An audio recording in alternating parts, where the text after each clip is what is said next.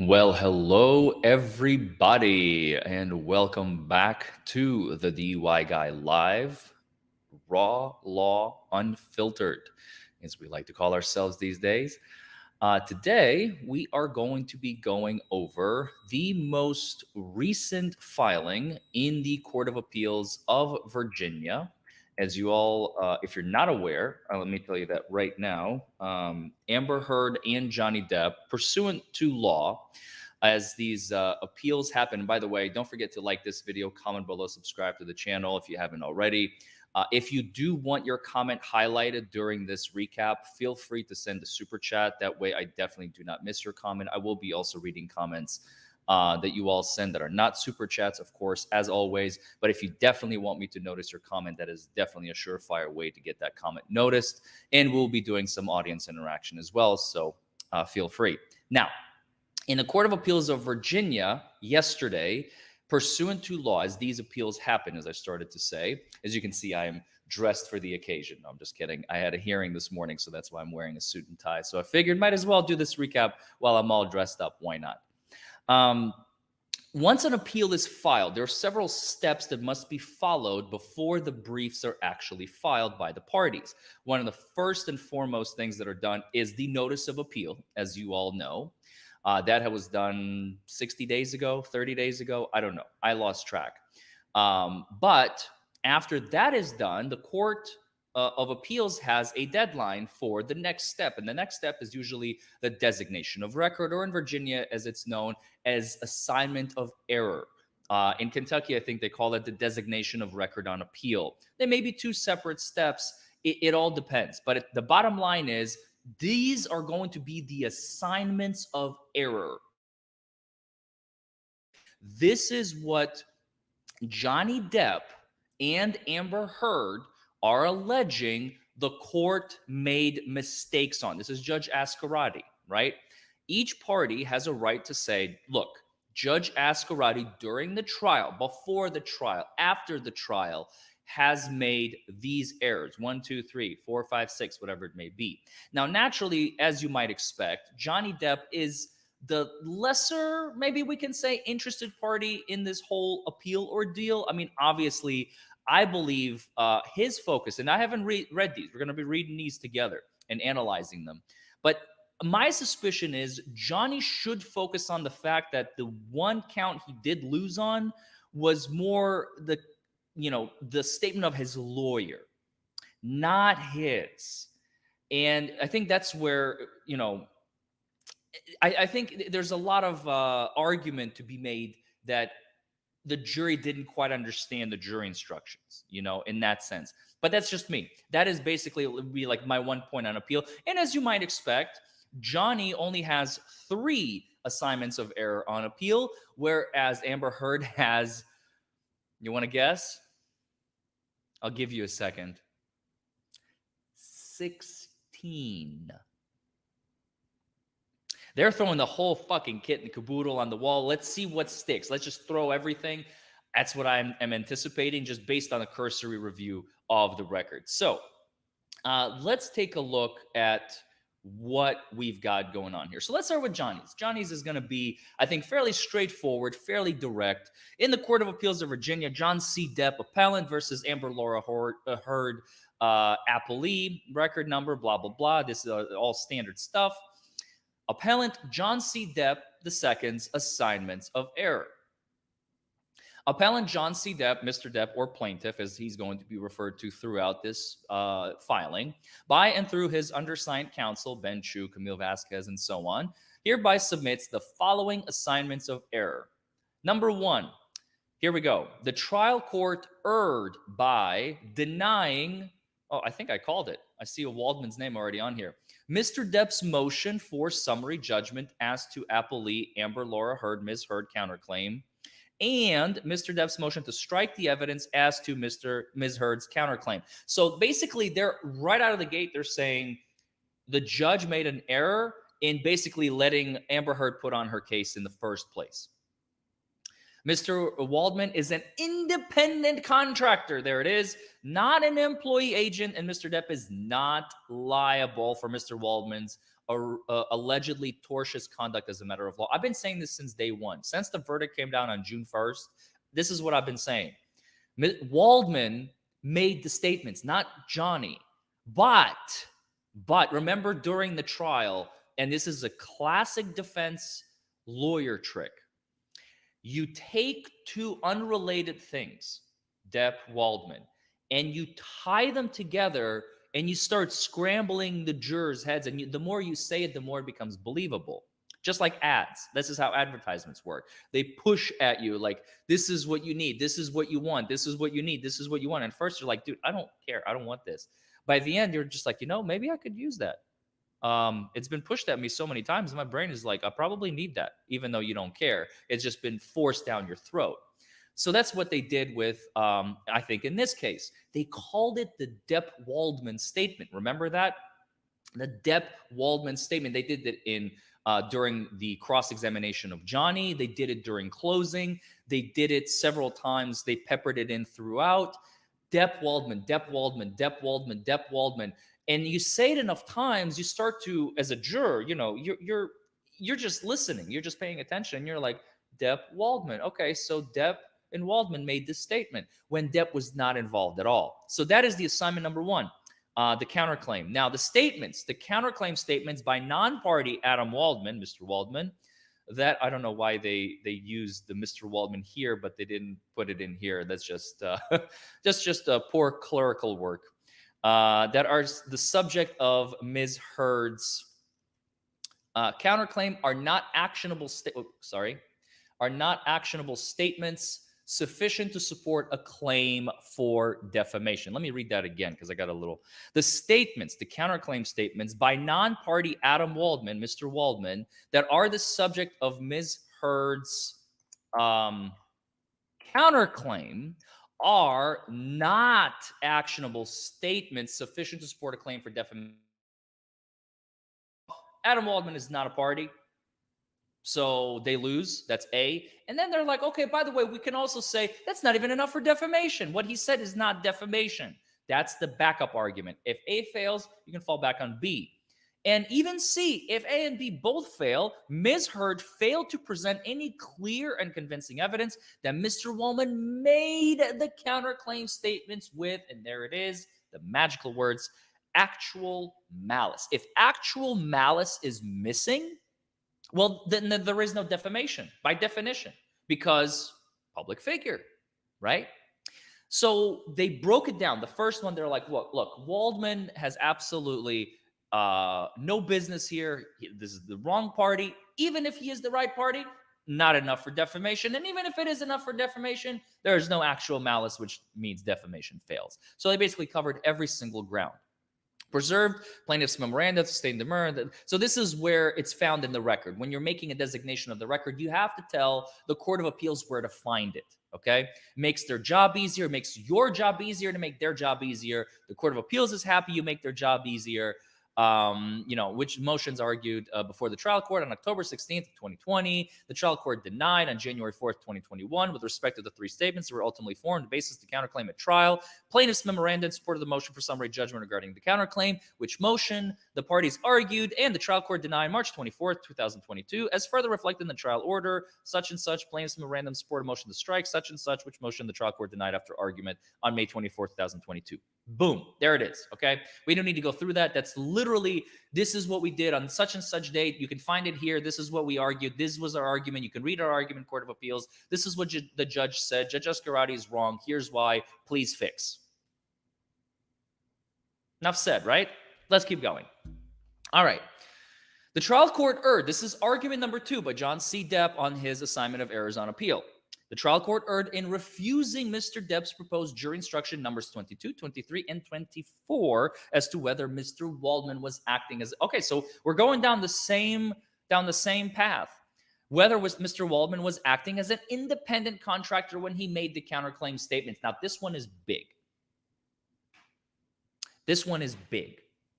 And here's why. So The first one, as you can see, they're saying, look, the trial court erred. They made a mistake. Judge Escarati made a mistake.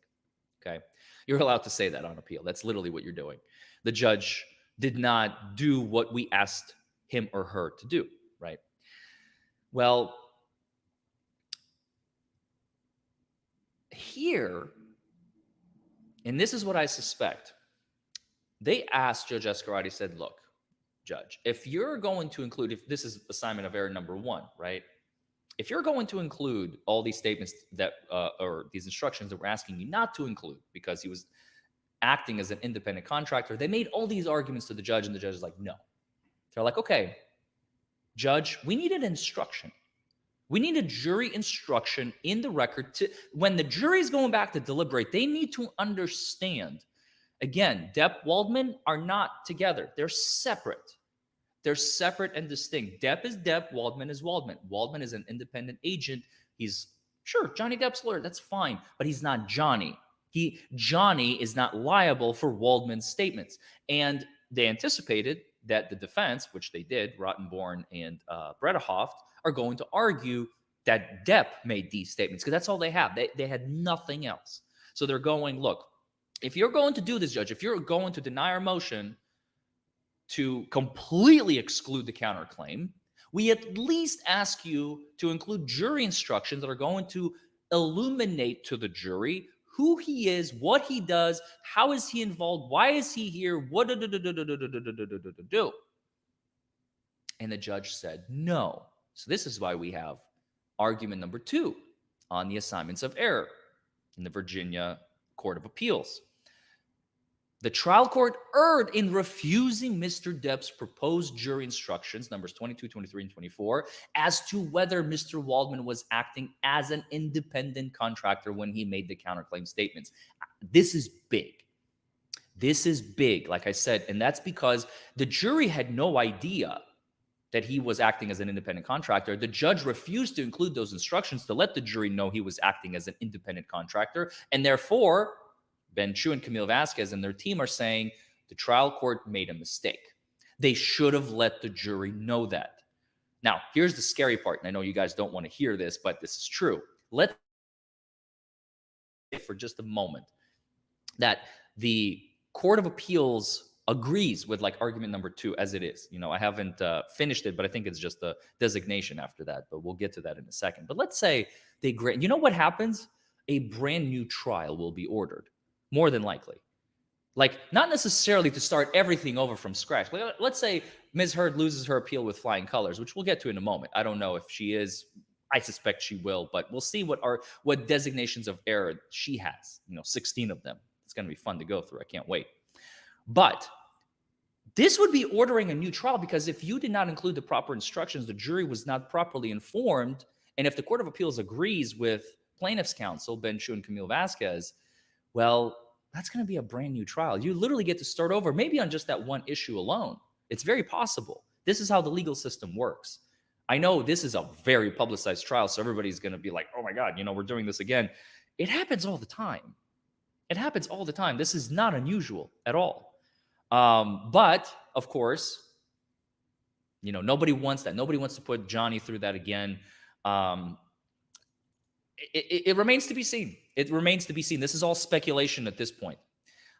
So preserved Mr. Depp's proposed jury instructions, which can be found here on such and such, and which the trial court denied on May 20th, 2022. And you can find that opinion here. So this was right before the last week of deliberations, or the last week of trial and right before deliberations. I was like, I think that last Friday, before, I believe so, yeah. Right before I went back to the trial. Since on Fridays, they were not having testimony for the longest time. Or maybe they did it after the testimony was concluded for the day. Now, number three of Johnny Depp's arguments of the designation of error on appeal. The trial court erred in excluding from evidence the full unredacted versions of Mr. Depp's exhibits.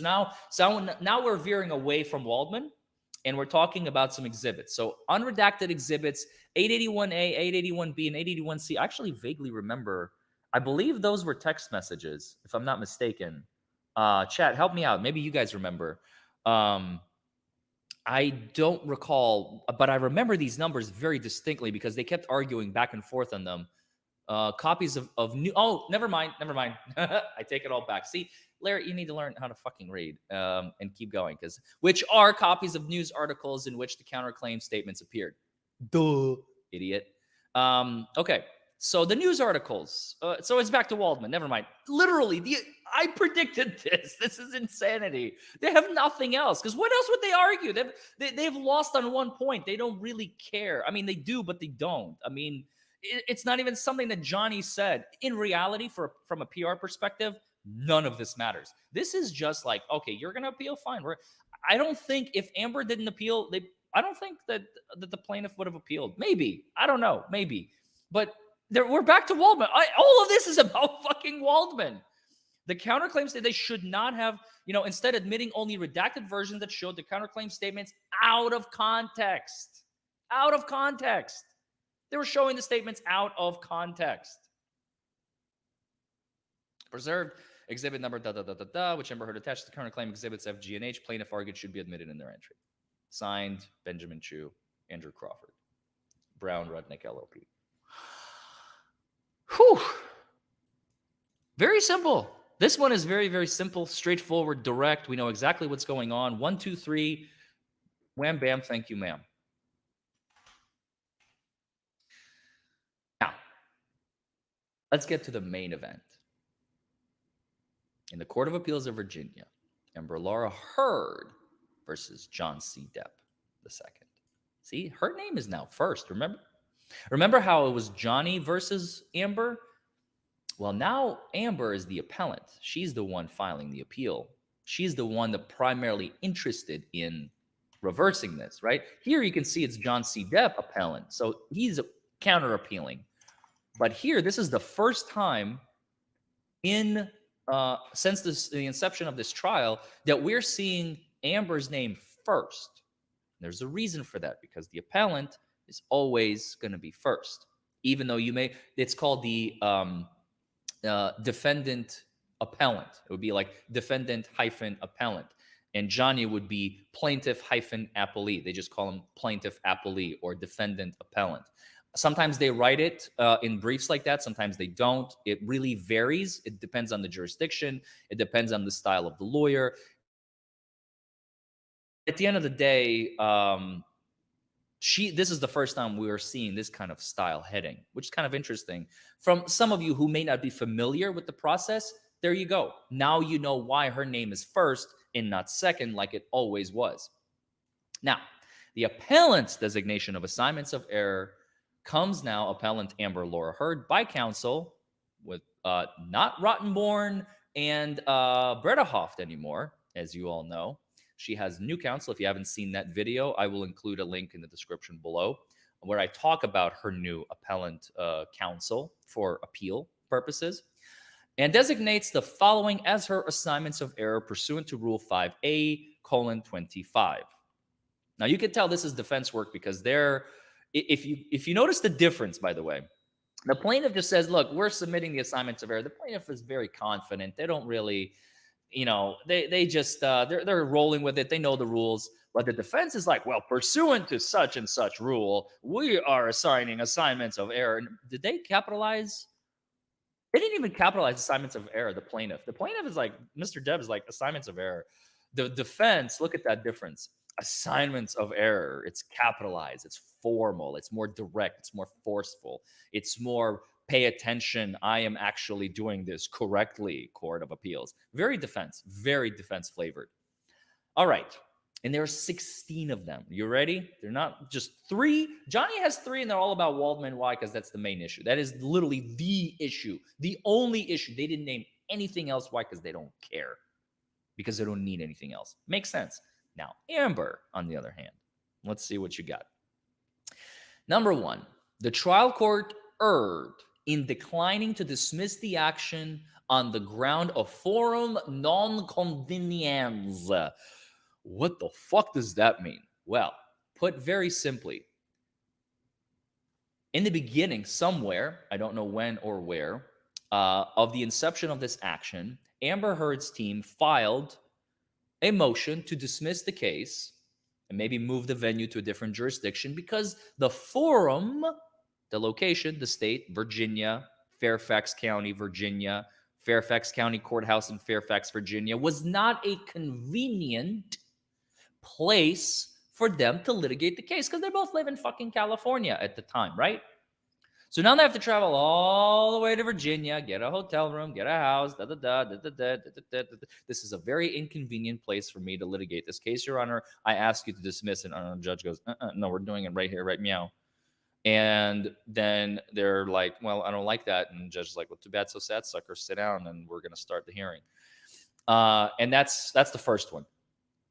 That's the first one. Number two, the trial court erred in denying the supplemental plea in bar and in ruling that the November 2nd, 2020 judgment of the United Kingdom High Court of Justice, holy shit, they're trying to bring in UK stuff in here. Of the United Kingdom High Court of Justice, Queen's Bench Division in Depp v. News Group Newspapers, Ltd. et al., case number such and such, does not foreclose Mr. Depp's claims. Let me read that again. So the trial court erred, made a mistake in denying the supplemental plea in bar and in ruling that the November 2nd, 2020 judgment does not foreclose Mr. Depp's claim. Oh, well, that's simple. They're basically saying, look, another judge in another country said, case closed. Johnny's a wife beater. It's over. You lose. And Judge Ascarati goes, no. I'm not going to honor the UK judgment. I'm going to give John, because their rules are different over there. Like, for example, one of the biggest ones is they don't let victims testify openly. They have a very victim protective type of judicial system, which, for better or for worse. But here in the United States, they actually got a chance to cross-examine Amber Heard out in the open, in the public's eye, which has never happened before in the history of the world. This is what people keep forgetting. All the people who are saying, well, she has already been adjudicated a victor in United Kingdom. That's not correct. She didn't win in the UK. She never did. Johnny sued The Sun, the newspaper. The newspaper won. The article that they wrote was defamatory, is what he argued in the UK. And Amber never testified. She had like a closed door deposition, which was, the transcript was passed over to the judge, and that's it. The United States is where the case really was brought to life. I'm trying to argue that, look, you should have honored the judgment in the UK. Well, Judge Ascarati goes, no, I'm not. This is the reason I am allowing this case to proceed in my courtroom today, is because of the rules there. The rules here are different. And I want to give Johnny Depp a fair shake, or John C. Depp II, right? I want to give the plaintiff a fair shake in this country with our rules, because she's a stand-up person. So that's their second argument. Now, number three, Amber Heard's assignment of error. The trial court erred in denying the demur and plea in bar, and in ruling as a matter of law that the three allegedly defamatory statements challenged in the op-ed are A, actionable as statements of fact rather than non-actionable expressions of opinion, and B, actionable as defamation by implication. So this kind of mirrors what Johnny's argument is. I think it was 1A or 1B. Basically the exact same, only in reverse. So what Amber has said is non-actionable. It's her expression of opinion, right? Freedom of speech, blah, blah, blah. And is not even defamation by implication. This should have never gone to trial. Here's why. This is what they're going to argue in their brief. By the way, this is not their brief, right? This is just them. So let me explain just real quick. I think this will clear the air for some of you all. So in order for the Court of Appeals to have guidance, number one, and number two, to not allow either side to kind of be like, oh my God, we completely forgot this argument, and then kind of like throw it in there at a last minute as an 11th hour resort. This is to prevent this kind of bullshit.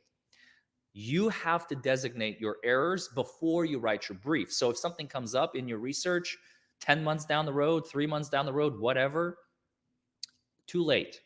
The ship has sailed. The train has left the station. You don't have time. You've already said, these are going to be my points, and you cannot go left and you cannot go right. So everything that they're writing here, this is going to be included in their brief when the briefs get filed in 30, 60, 90, whatever the rule is, days for each side. Now, of course, it's going to be, they're not going to be filing it simultaneously. What's going to happen, well, let me rephrase that. Yes, they will be filing it simultaneously because they both filed their appeal. But first, they're going to file their briefs, right? Each side is going to file their briefs. Then each side is going to file a response to each of the other's brief. And then there's going to be a reply to each other's response to each other's original brief. Y'all got that? Brief, response, reply. So every side, the plaintiff gets, or excuse me, the appellant gets 2 bites at the apple. They get to write the brief and then the reply. The appellant, the appellee only gets a chance to write the response. It's the beef patty in the middle, if you want to think of it that way. The plaintiff gets to write both patties at the top and in the back, right? So they get a chance to do the original and the reply to the response. So that's number 3. Now let's go to number 4. The trial court erred in excluding from evidence at trial the November 2nd, 2020 judgment. So now they're saying you also erred in excluding the judgment that should have been included in evidence. So not only did you should have dismissed it based on it, now they're saying, oh, by the way, if you didn't dismiss it, that's fine, but the jury should have known about it, like in the record, like talked about, like from the bench or from us. The judge excluded it completely, rightfully so, because it would have been a very, very tainted, very biased trial. The trial court erred, this is number 5 of Amber Heard's assignments of error on appeal. The trial court erred in excluding from evidence at trial, A, medical records, including Ms. Heard's contemporaneous communications with medical providers such as Dr. Laura Anderson, Dr. David Kipper, Ms. Debbie Lloyd, Ms. Erin Falatib, Dr. Amy Banks, Dr. Connell Cowan, and Dr. Bonnie Jacobs. And B, Ms. Heard's communications with several third parties, including Mr. Depp's friends and family about interactions with Mr. Depp, including reports of drug use, aggressive and abusive conduct, here we go, physical abuse, and her fear for her safety. This is a purely, in my opinion, media-driven paragraph, especially that second part, because all they had to end on is, and interactions with Mr. Depp, period. And then it would be like, okay, so you have all these alleged communications that the court's like, look, this is not relevant. This is excluded. This is excluded. This is excluded. We don't get to bring that in. We don't get to bring that in. We don't get to bring that in. And now they're like, well, puffing up their chest. Well, we would have won, but for the court not allowing us to bring in this, and this. And this is what Amber Heard is riding the coattails of. Here's the problem. Judges are people. Judges are usually reasonable people for the most part.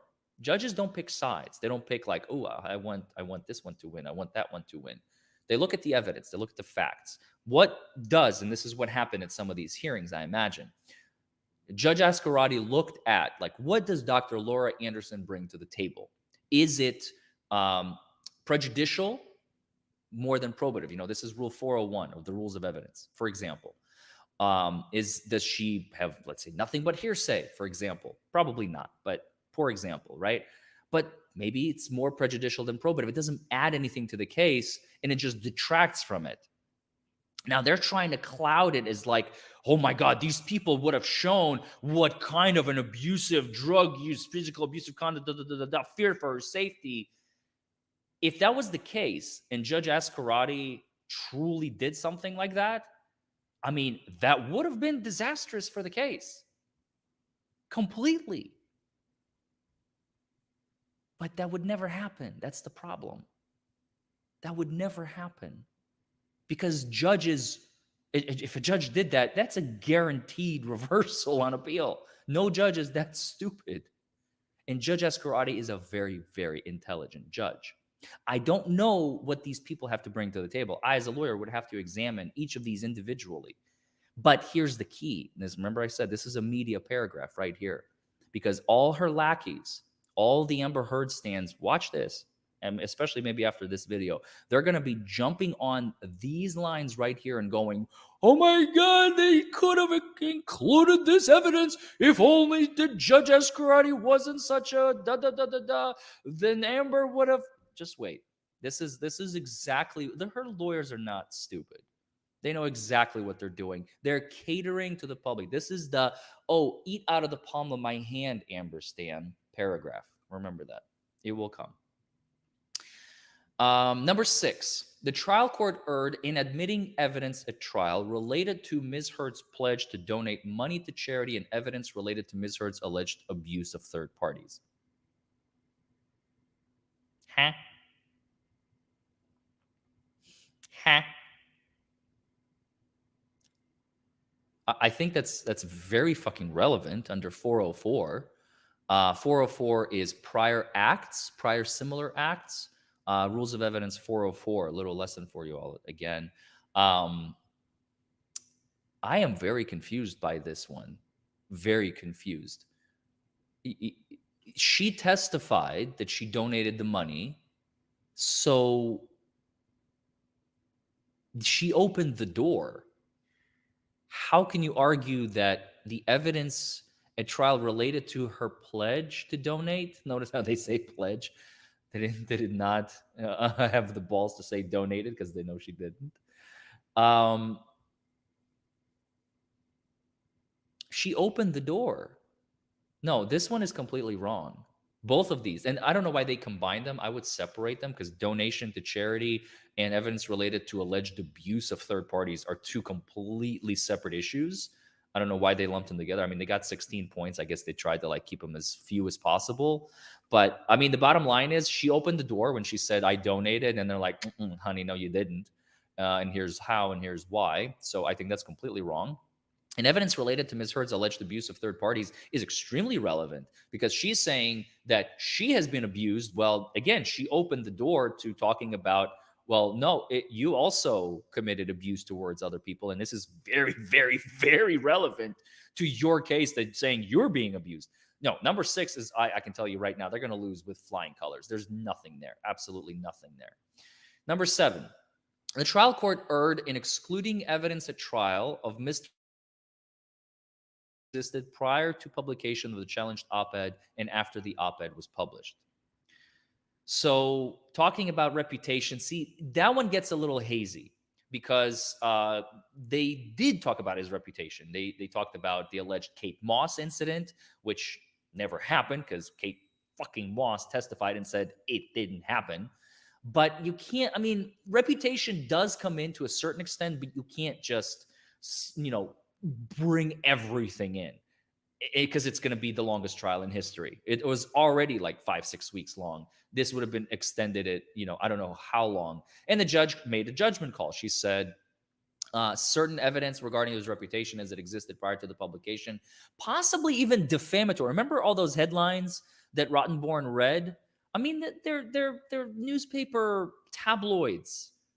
Like, are you going to try and introduce, like, as evidence some of those tabloids to say this is who Johnny Depp is? Like, is that a joke? These tabloids are in the business of making money by smearing other people's reputations. And you're going to use that to sway the jury? Come on. Damn it. It's a joke. That's a joke. I don't disagree with that one too. The trial court erred in sustaining an objection, if that's the case. Sustaining an objection. So this is very particular. So during the cross-examination of Mr. Depp, sustaining an objection to a question about the truth of one of the allegedly defamatory statements on the ground that it called for a legal conclusion. Okay. Possibly. I don't know. I don't know what the statement is. It doesn't specify. But looks like during the cross-examination of Johnny Depp, while Johnny was on the stand, somebody asked him a question, Rottenborn probably, about the truth of one of the allegedly defamatory statements, and it called for a legal conclusion. So that was an error, they're saying. Possibly. Don't know. The trial court erred, number 9 of Amber Heard's designation of errors on appeal. The trial court erred in allowing Mr. Depp to argue or suggest at trial that the jury could award damages based on statements or conduct occurring prior to the publication of the challenged op-ed. Let me read that again. The trial court erred in allowing Mr. Depp to argue or suggest, so shouldn't have been mentioned at all, at trial that the jury could award damages based on statements or conduct occurring prior to the publication of the challenged op-ed. So basically, it was insinuated to the jury that you can consider, when you're awarding damages, the conduct that has occurred prior to the publication of the op-ed. This one may or may not have some merit. I mean, I think this is a valid argument. This is a very valid argument because the suit was about the op-ed statements. Now, of course, you have to give background. You can't just like start and end on the publication. We went back, to Johnny's childhood during his direct examination, which was which was the plaintiff's strategy. But they're saying the jury was told that they could award damages or suggested or argued that it could be based on statements or conduct occurring prior to the publication, and that was an error. Interesting argument. Number 10, the trial court erred in allowing Mr. Depp to argue or suggest, again, same language, at trial and the jury to consider whether the allegedly defamatory statements in the challenged op-ed were republications of statements Ms. Heard made in 2016 in connections with the domestic violence temporary restraining order she obtained against Mr. Depp. So the judge again made an error by allowing the jury to consider whether the allegedly defamatory statements were republications, right? So this is about the tweet, I imagine. That's their argument. Number 11 of Amber Heard's designation of errors on appeal. The trial court, which rejected proposed jury instruction CC, improperly instructed the jury on actual malice. So they're just blanketly saying the way you worded it, I guess, on actual malice was incorrect. You should have phrased it differently. Okay, that's number 11. Number 12 of Amber Heard's designation of errors on appeal. The trial court erred in denying the motions to strike and to set aside the jury's verdict with regard to Mr. Depp's failure to prove publication by Ms. Heard as of the statement, "I spoke up against sexual violence and faced our culture's wrath." That has to change. So, and set aside the verdict. This is post-verdict, right? This was in the June 22nd or whatever argument. This is basically them saying, after we lost, we tried to make the argument, set aside the verdict. The jury made an error, and the judge is like, no, the verdict stands, obviously. Now they're saying, okay, Court of Appeals, when we said to the judge, said that you should overturn the verdict, it was wrong. Well, she was wrong about not overturning our verdict. Please help. Okay. Standard stuff. Number 13 of Amber Heard's designation of error on appeal. The trial court erred in denying the motion to set aside the jury's verdict. Again, this is a repeat almost of number 12. How is it different? With regard to Mr. Depp's failure to prove that the alleged defamatory statements in the challenged op-ed each conveyed a defamatory meaning about him by implication, and that any such implication was both designed and intended by Ms. Heard. So it's kind of similar to number 12 in a way, but this one goes into a little bit more specificity. At first, they're saying they failed to prove publication. Now they're saying you failed to prove, defamation. So here's publication is the key word, number 12. And the fact that they were defamatory is number 13. Basically the same thing, just arguing two different parts of the verdict. This is wrong and this is wrong. Makes sense.